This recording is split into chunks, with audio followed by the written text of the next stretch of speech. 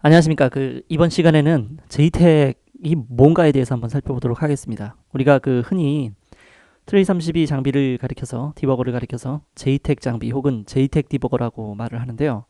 아, 이게 전혀 틀린 말은 아닙니다. 트레이32가 어쨌거나 JTAC 방식을 이용한 디버거이기 때문이죠. 자, 그렇다면은 이 JTAC이라고 하는 게 도대체 어떠한 방식이냐에 대해서 디버거의 관점에서 한번 살펴보도록 하겠습니다.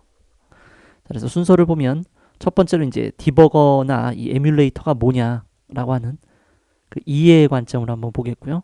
그 다음에 이 JTAC의 스펙에 대해서 간단하게 소개를 하겠습니다. 그 다음에 핀이 도대체 뭐냐라고 하는 거 하고요.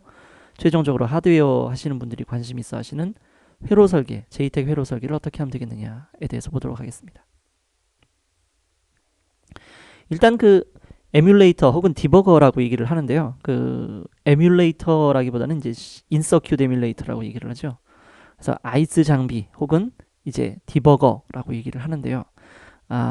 일단은 인베디드 시스템을 개발을 할 때 개발하는 과정에 필요한 그런 개발 장비쯤이라고 생각하시면 됩니다. 대부분은 이제 디버깅 용도로 많이 활용을 하죠. 그래서 이제 저희 트레이스 32도 이 JTAC 방식의 디버거라고 볼 수가 있습니다. 자, 그러면 히스토리를 잠깐 보면요. 좀 전에 말씀드린 그런 CPU 에뮬레이터가 있고요. 그 다음에 JTAC 방식의 디버거가 있는데, 이 CPU 방식의 디버거는 뭐냐면 일단 타겟 CPU하고 동일하거나 상위 CPU의 기능을 내장한 포드라고 합니다. POD. 포드를 타겟에다가 이렇게 연결을 해서 그래서 디버깅을 하는, 하드웨어적으로 디버깅을 하는 툴을 말을 합니다. 여러 가지 유용한 기능들이 있는데요. 그러니까 트레이스나 트리거 같은 것들이 하드웨어로 가능하고요. 때에 따라서 이제 코드 커버리지 같은 거, 코드를 얼마나 사용을 했는가, 혹은 데드 카드가 있는지 없는지, 또는 퍼포먼스 기능 같은 것들, 이런 것들 튜닝한다든가 이런 강력한 기능을 제공을 합니다. 근데 단점은 뭐냐면 이게 하드웨어적인 베이스이기 때문에 가격이 상당히 고가고요. 그리고 최근 들어서는 이제 프로세서의 속도가 높아지면서 일렉트리컬하게 전기적으로 이제 제조 자체가 좀 어려운 그런 난관에 봉착을 했습니다. 더군다나 이제 CPU하고 동일한 포드를 꽂기 때문에 CPU하고 같은 혹은 그 이상의 핀을 장비와 타겟과 이렇게 연결을 해야 되기 때문에 상당히 불편하다는 거죠. 그에 비해서 이 JTAC 방식은 대표적으로 트레이32 ICD 장비인데요. 비교해서 뭐냐면 포드를 쓰는 대신에 이렇게 JTAC 포트를 사용을 합니다. JTAC 포트를 보면 이렇게 몇 개의 핀, TDI, TDO, TMS, TCK, TRST라고 하는 필수적인, 그러니까 프라이머리한 5개의 핀을 사용을 하고요. 그 다음에 이렇게 전원 핀 2개 정도를 연결을 하면 되기 때문에 인서큐트 에뮬레이터에 비해서 상당히 인터페이스가 용이해졌다라고 하는 거죠. 더더군다나 JTAC 방식은 타겟의 자원을 소모하지 않습니다. 그렇기 때문에 타겟에 영향을 주지 않고 디버깅을 가능하게 해줍니다. 우리 기존에 프린트F나 스캔F 사용하죠. 프린트F나 스캔F는 궁극적으로 보면 내부적인 동작을 보면 프로세서의 자원을 소모를 합니다. 그러니까 프로세서가 직접, CPU가 직접 printf, scanf를 수행하기 위해서 잠깐 동안 본연의 작업을 좀 시간을 뺏게 되죠. JTAC 방식은 그럴 염려가 없다라는 겁니다. 이제 또 다른 방식이 하나 있는데 이제 ETM이라고 하는 겁니다. ETM이라는 게 있는데 ETM은 뭐냐면 이제 JTAC 방식에서 한 발자국 더 나아간 보다 진보한 그러한 방식의 디버깅 방식인데요. 인베디드 트레이스 매크로셀이라고 하는 셀들을 안에다가 많이 내장을 시켜서 타겟이 동작하는 인스트럭션하고 데이터를 타겟이 동작하는, 프로세서가 동작하는 실시간으로 트레이스할 수 있습니다. 그러니까 가져오는 거죠. 타겟에서 실시간으로 어떤 명령어를 실행했는지, 그리고 어느 메모리에 어떤 데이터들을 읽고 썼는지에 관한 그런 정보들을 가져오는 겁니다. 그러니까 특징은 뭐냐면 리얼타임이 가능하다는 거죠. 리얼타임 트레이스 앤 트리거링이 가능하다. 그러니까 JTAG 방식은 일단 스탑앤고 방식이라고 우리가 얘기를 합니다. 그래서 타겟을 동작을 시키다가 원하는 시점, 지점에다가 브레이크를 겁니다. 브레이크 포인트를 걸어서 그 시점에서 필요한 내용들을 보는 거죠. 레지스터나 변수값 또는 뭐 코드가 뭐 어떤 순서로 이렇게 수행이 되었나 이런 것들을 이렇게 보는 건데 ETM 방식은 이제 그런 방식이 아니라 프로세서가 동작하는 과정을 계속 캡처를 합니다. 캡처를 해서 그 캡처한 기능들을 후에 따로 모아서 분석을 해요. 트레이서 애널라이저라고 하는 기능을 이용해서 분석을 합니다. 그래서 분석한 걸 가지고 발생된 문제를 추적해서 해결한다. 바로 이러한 컨셉입니다. 그래서 동일하게 이제 하드웨어 커버리지, 그러니까 그 하드웨어 디버거, 그러니까 인서큐트 에뮬레이터에서 제공했던 이런 코드 커버리지나 퍼포먼스 기능 같은 것들을 또 제공을 할 수 있다는 거죠. 그래서 이런 방식의 디버깅이 있다라고 하는 것도 좀 알아두셨으면 합니다. 자, 그렇다면 다시 JTAG으로 돌아와서요. 자, JTAG 장비가 그러면 어떻게 그럼 이게 탄생을 하게 된 건가 보도록 하겠습니다. 이게 JTAG은 이제 처음에는 이 디버거로 출발을 한 게 아니고요. 맨 처음에는 이 테스트하는 사람들이 사용을 한 겁니다. 이 조립된 PCB를 테스트를 해야 될 거 아니겠습니까? PCB를 조립한 다음에 이게 이제 납땜이 제대로 됐는지 아니면 납땜이 제대로 됐다 하더라도 이게 어떤 부품의 불량이나 그런 것들에 의해서 제대로 동작을 안 한다든지 이런 것들을 이렇게 테스트를 해야 되는데 그런 사람들이 이제 그 겪고 있었던 문제가 있었습니다. 이렇게 예전에는 칩 위에 실장이 되는 그러니까 보드에 이렇게 실장하는 그런 그 패키지들이 IC 패키지들이 이런 딥 타입 같은 이렇게 큰 여유 있는 그런 핀을 가지고 있었는데 이게 이제 이렇게 오밀조밀해졌다는 거죠. 이렇게 오밀조밀해지면서 뭐가 문제가 생겼냐면 이게 프로빙을 하기가 힘들어졌다는 겁니다. 다시 말해서 이제 이쪽 시그널이 제대로 뜨는지, 예? 값이 들어갔는데 값이 제대로 나오는지, 그러니까 인풋하고 아웃풋을 비교를 하면 정상적으로 동작을 하는지를 알 수 있을 거지 않습니까? 근데 이제 이게 힘들어졌다는 거죠. 이제 일로 오면서 이제 이게 힘들어졌다는 겁니다. 이 좁은 핀들을 어떻게 여기다가 이거를 찍겠습니까? 찍기가 상당히 힘들어졌다는 거죠. 그래서 이제 이거를 타개할 이 난국을 이제 타개할 방법을 상당히 모색을 하다가 이 사람들이 이제 고안해낸 게 뭐냐면 이 밖에서 찍지 말고 이 안쪽에다가 이 칩에 있는 요 안쪽에다가 어떤 로직을 심어서 그 로직에 도움을 받아서 테스트를 하자라고 하는 아이디어를 이 사람들이 고안을 해놓은 겁니다. 그래서 이제 피지컬한 억세스가 한계에 부딪힘에 따라 바로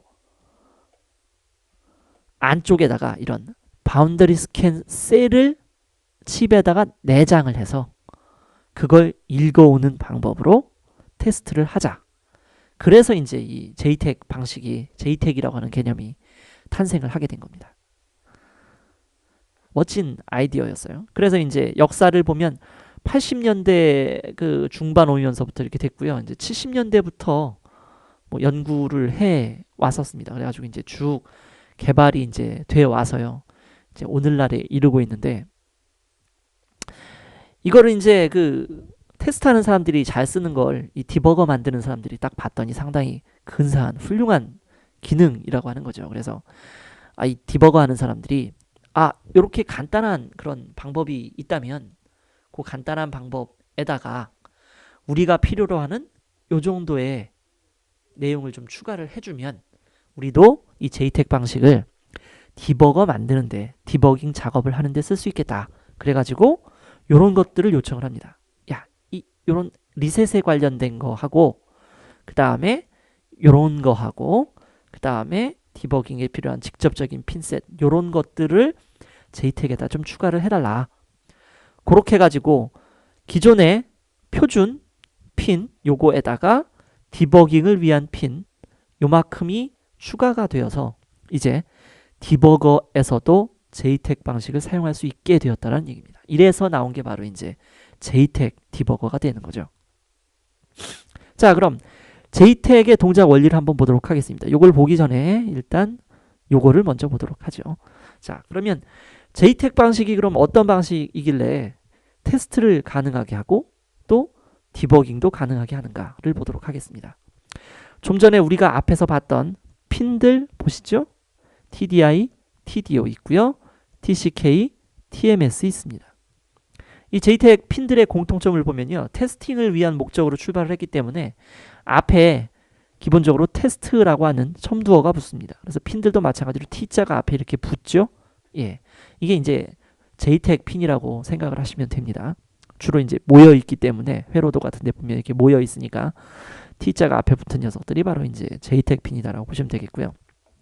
자, 여기 이제 그 프로세서가 하나 있습니다. 프로세서가 하나 있는데 TDI 핀을 통해서 값이 시리얼로 이렇게 들어갑니다. 칩셋 안으로 들어가서 그 안에 있는 노란색 바운다리 스캔 셀이라고 하는 요 녀석을 계속 이렇게 거칩니다. 거쳐서 최종적으로 TDO라고 하는 핀으로 나와요. 이렇게 TDO라고 하는 핀으로 나옵니다. 그러면 자, 이 칩셋이 이제 그 프로세서라고 가정을 하고요. 내가 TDI를 통해서 값을 여기다가 1, 1, 1, 1, 1 이라고 세팅을 했다고 한번 가정을 해보죠. 그러면 비록 이쪽 바깥에서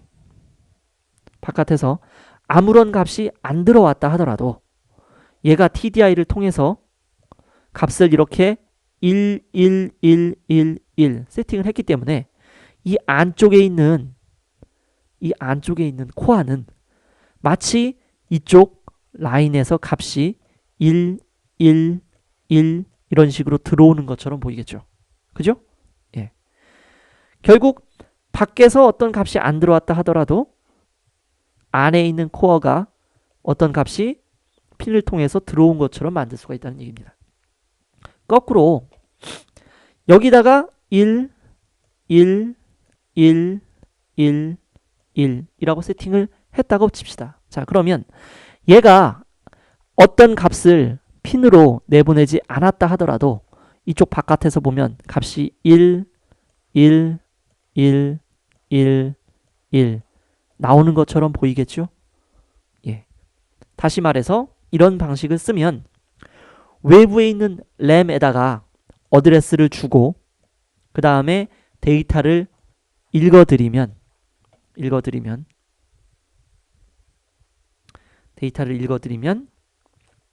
램 값을 읽어올 수가 있다는 얘기입니다. 또는 한 번은 어드레스 값을 주고 그 다음에 데이터 값을 주면 그렇게 되면 이제 램에다가 값을 쓸 수도 있는 거죠. 이렇게 프로세서가 직접적으로 동작을 안 한다 하더라도 이렇게 핀 주변에 이렇게 깔려 있는 바운드리 스캔 셀을 이용을 하면 프로세서를 인위적으로 동작을 시킬 수가 있습니다. 자, 우리가 맨 처음에 타겟이 살아있지 않은 상황에서 부트로더를 플래시에 굽는 방식은 그래서 JTAG 방식 이외에는 없어요. 지금 현재로서는. 이 방식이 가장 경제적인 방식입니다. 그래서 그때 그 누구나 다 이 JTAG 방식에 대해서 이제 한 번씩 접하시게 되죠. 자, 그러면 조금 더 그러면 깊게 한번 들어가 보도록 하겠습니다. 좀 전에 보신 거는 TDI를 통해서 값이 이제 TDO로 나가죠. 예. 자, 그럼 이 안에는 이제 인터널 코어 로직이 있고요. 이렇게 코어 로직이 이렇게 있습니다. 그 안에 몇 개의 그 레지스터들이 더 있고요. 그리고 결국 이 JTAG 그 동작을 제어를 하는 탭 컨트롤러라고 하는 녀석이 있습니다. 이 탭 컨트롤러 녀석은 TDI를 통해서 값이 들어와서 TDO로 값이 나가기까지 쉬프트하는 동작 또는 읽는 동작 또는 라이트하는 동작, 테스트하는 동작 이런 거 같은 것들을 제어를 합니다. 관할을 해요. 그 다음에 이 컨트롤러가 사용하는 클락이 바로 아까 보셨던 TCK, T클락입니다. 그 다음에 얘도 컨트롤러이기 때문에 때에 따라서는 리셋이 필요하겠죠. 이 녀석이 바로 TRST라고 하는 핀이고요. 이 탭 컨트롤러는 내부적으로 보면은 그 스테이트 머신에 의해서 동작을 하거든요. 디자인 자체가 이제 스테이트 머신으로 디자인이 되어 있습니다. 그 스테이트 머신의 모드를 선택하는 그 핀이 바로 TMS 핀입니다. 모드 셀렉트란 뜻이에요. 자, 그래서 이제 안쪽에 JTAG 방식으로 이렇게 구성이 되어 있는 프로세서나 그 안쪽을 보시면 이런 식으로 이제 구성이 되어 있다라고 생각하시면 됩니다.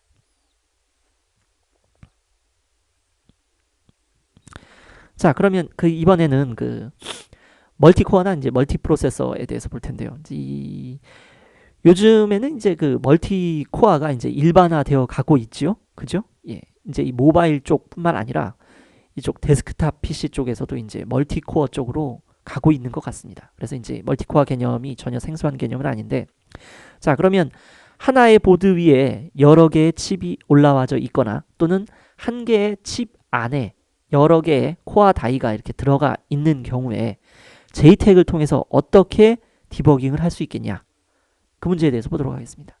자, 지금 화면에 보고 계시는 건 그냥 넓적한 보드라고 보시면 되겠죠. 예, 오른쪽에 그 오른쪽을 보시면 뭐 어느 그 메인 보드에다 이렇게 꽂을 수 있게끔 그렇게 되어 있는 뭐 어떤 확장 보드인 것처럼 보입니다.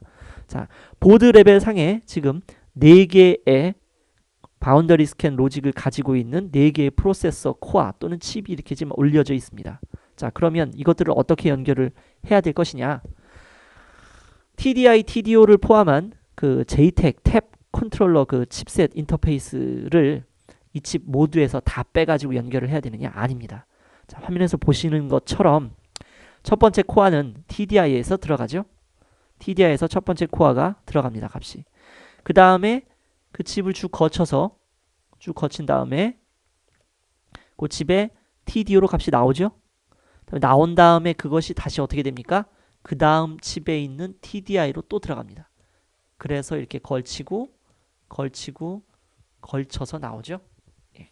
이런 식으로 TDI, TDO, 그걸 다시 또 TDI, TDO 이런 식으로 연결을 데이지 체인 식으로 이렇게 연결을 해서 멀티코어 또는 멀티 프로세서를 구성을 합니다.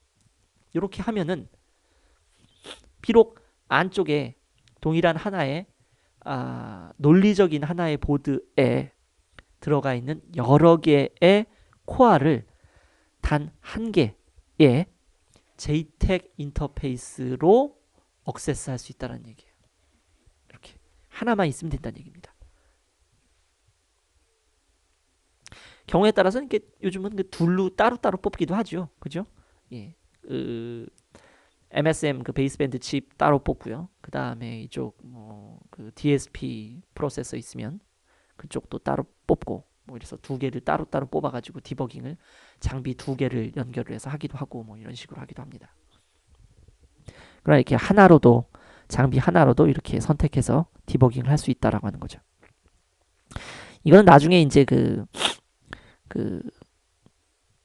멀티코어 세팅할 때 그때 필요한 개념이니까 여기서는 그 이해를 잘 하시고 넘어가시는 게 좋을 것 같습니다. 다음은 이제 그 JTAG 핀에 관한 건데요. 이제 ARM7 거쳐서 9 거쳐서 이제 뭐 11 쪽으로 이렇게 걸쳐서 계속 가고 있죠.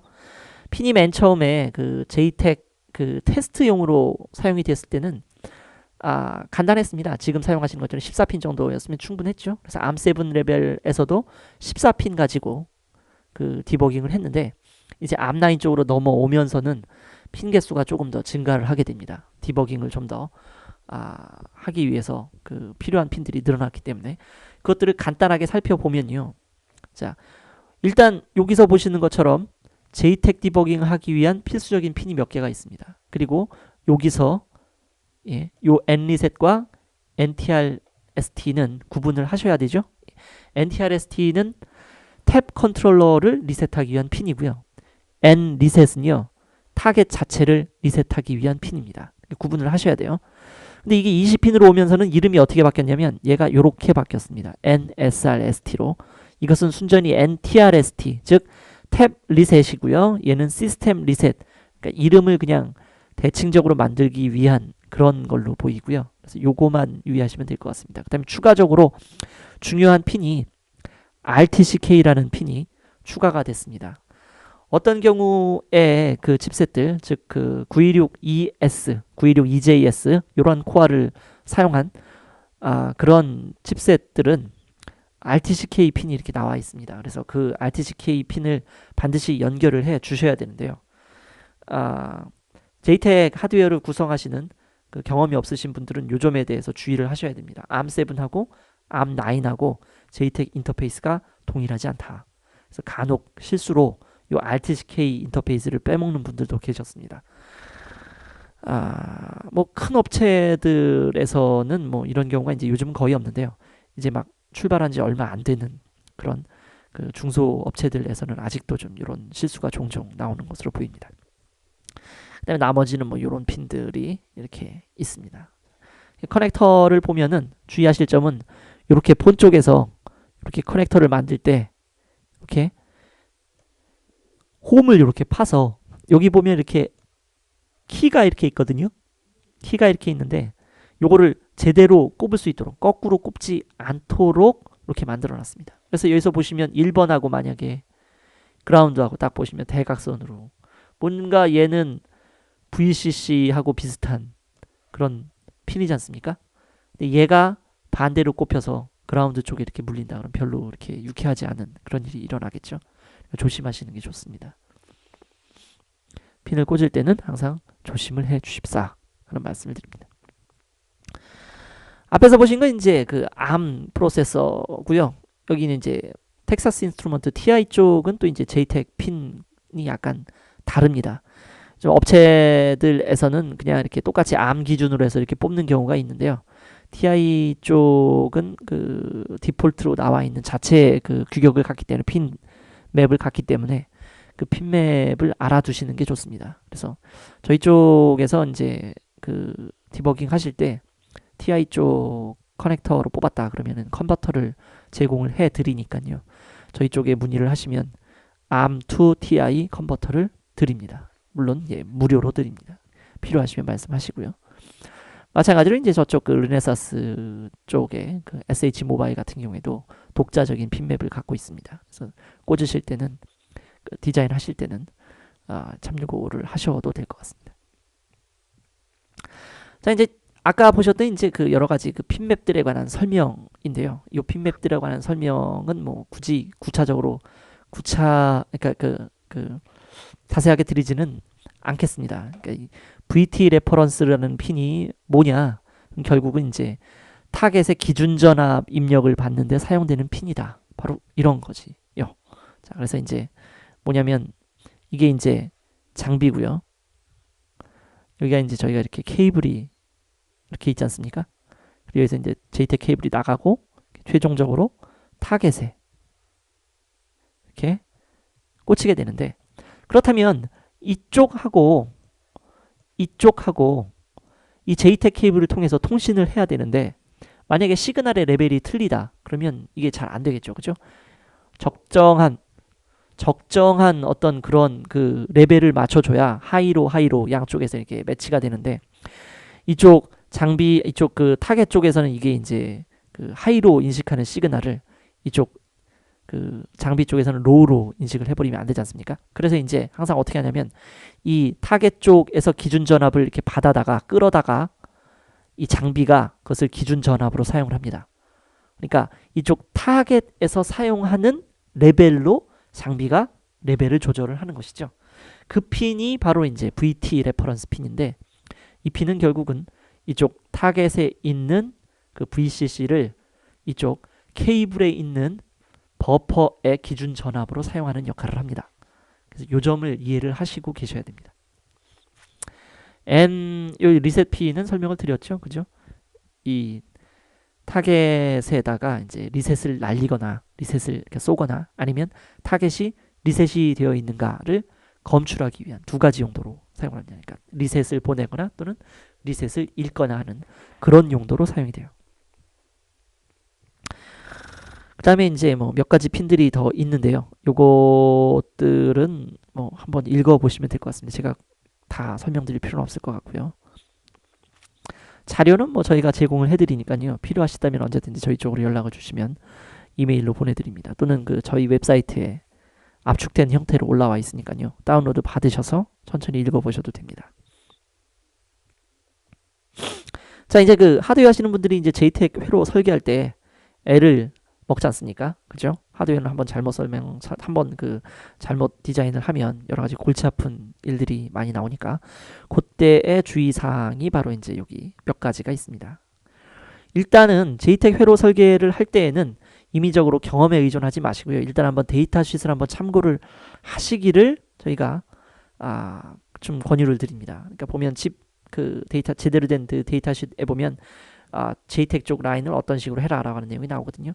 그게 안 된다 그러면은 이제 그 JTAG 그 회로 JTAG 그 스펙을 보시면 나와 있고요. 또는 저희들이 MDS에서 제공해 드리는 그런 스펙을 이렇게 보셔도 될 겁니다. 많은 가장 우선시 되어야 할 것은 바로 칩 메이커, 내가 사용하는 그 칩에서 같이 따라오는 그 설명서를 우선시해서 디자인하시는 것이 가장 중요합니다. 다음 두 번째는 방금 설명드렸던 VTRF를 코어 전압을 사용해서 공급해야 된다. 애매하게 생각하지 마시고요. 그냥 저쪽 그 타겟이 사용하는 그 볼테이지에 맞게, 타겟이 사용하는 그쪽 볼테이지에 맞게 이렇게 해야 된다 하시면 되고요. 그 다음에 ES입니다. ARM ES 신세사이저블 코어 같은 경우에는 거의 이제 하셔야 된다라고 생각을 하는데, 이 신세사이저블 코어가 들어간 것은 RTCK가 대부분 나와 있습니다.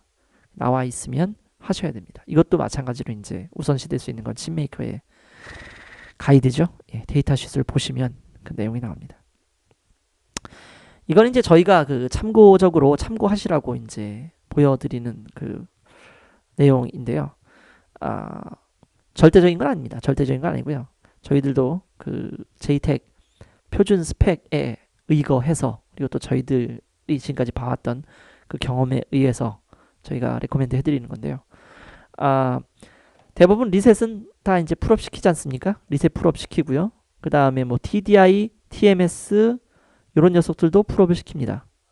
그 다음에 N리셋, 요것도 이제 리셋을 시키고요. 요 TCK는 문제인데, TCK는 어떤 경우에는 리셋, 그러니까 풀다운을 시키고요. 어떤 경우에는 풀업을 시켜야 동작하는 경우도 있더라고요. 저희 경험해 보면. 그리고 TDO에는 아무런 핀도 붙이지 않는다. 그러니까 아무런 그 저항이나 캐피시터를 붙이지 않는다라고 하는 것이 원칙입니다. 그러나 실제로 보면은 이쪽 라인에 JTAG 라인 쪽에다가 많은 다른 수동 소자들 같은 걸 이렇게 붙이지 않습니까? 캐파시터도 이제 많이 붙이죠. 캐파시터도 붙이고 뭐 경우에 따라서는 다이오드도 붙이고 막 이렇게 붙이는데, 스펙에는 보시면 그런 거 붙이라는 소리가 없습니다. 그러니까 간혹 보시면 그러한 그 캐패시터나 이런 것들을 붙임으로 인해서 JTAG 통신에 방해를 주기도 해요. 그래서 그 장비와 그 타겟이 그 디버깅하는 도중에 이렇게 끊긴다든가, 아니면 처음에 C서업이 잘 안 된다든가, 뭐 이런 문제들이 있거든요. 그런 문제들이 생기지 않도록 이쪽 JTAG 쪽의 회로를 잘 구성하시는 게 좋을 것 같습니다. 그러니까 나중에는 이제 캐패시터를 굳이 붙여야 되겠다, 그렇다면 나중에 이제 그 디버깅하는 도중에는 적어도 붙이지 않고 디버깅 할 수 있도록 요런 스펙 정도로 이렇게 간단한 저항 풀다운이나 풀업 저항 정도만 붙일 수 있도록 해서 디버깅을 하시고요. 그 다음에 이제 최종적으로 양산 단계에서 나갈 때, 그때는 이제 다른 여러 가지 뭐 EMI나 뭐 ESD나 뭐 이런 테스트를 위해서 캐패시터를 붙이는 것을 좀 이렇게 고려하는 쪽으로 설계를 해 나가시는 게 어떤가라는 말씀을 드리고 싶습니다. 이후로는 이제 트레이 32 설치에 대해서 이제 하시겠고요. 이것은 이제 다른 그 분들이 또 이렇게 하도록 하겠습니다. 오늘 그 JTAG에 관련한 설명에 대해서 모바일 기술 지원팀에 근무하는 대리 서광원이었습니다. 감사합니다.